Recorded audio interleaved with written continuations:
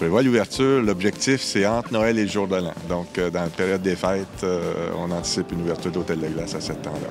Cette année, il va y avoir 30 chambres au total, dont 22 thématiques, 22 suites thématiques. Et on est bien content, on est fébrile avec la nouvelle saison là, qui est devant nous. On s'attend à avoir une centaine de milliers de visiteurs, comme une année normale avant la COVID. Au niveau des nuitées, on a des réservations. Notre canal de réservation est quand même bien rempli.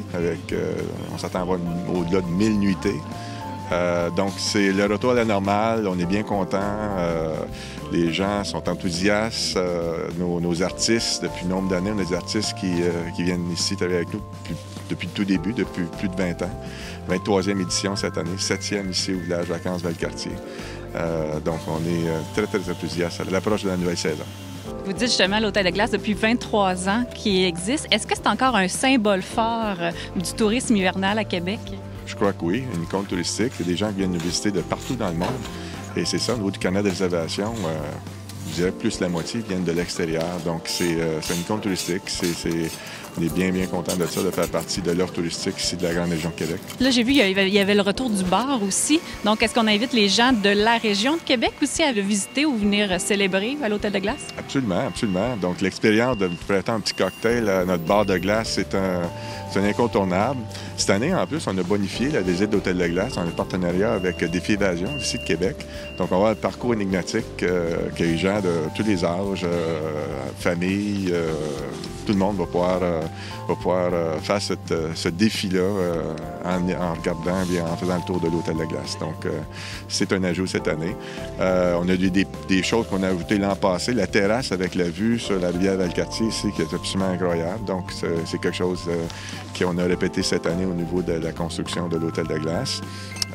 Donc, c'est ça. C'est évidemment le côté artistique avec le thème de la nuit cette année à l'hôtel de glace. C'est un grand thème. Et là, nos artistes sont à pied d'œuvre présentement pour faire vivre ce thème-là à travers les différentes sculptures et les suites thématiques. Ça fait combien d'années que vous travaillez pour l'hôtel de glace? C'est ma 21e hôtel, cette année.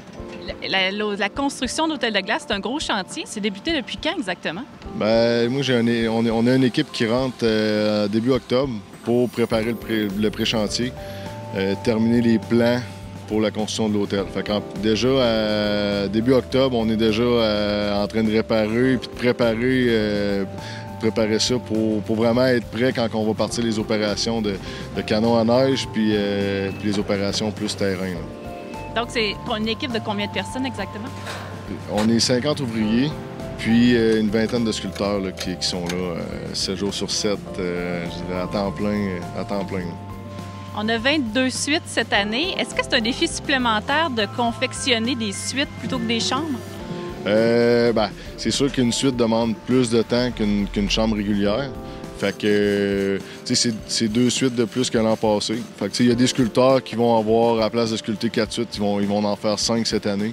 Fait que ça l'embarque super bien dans l'échéancier pour réaliser 22 suites cette année. Là.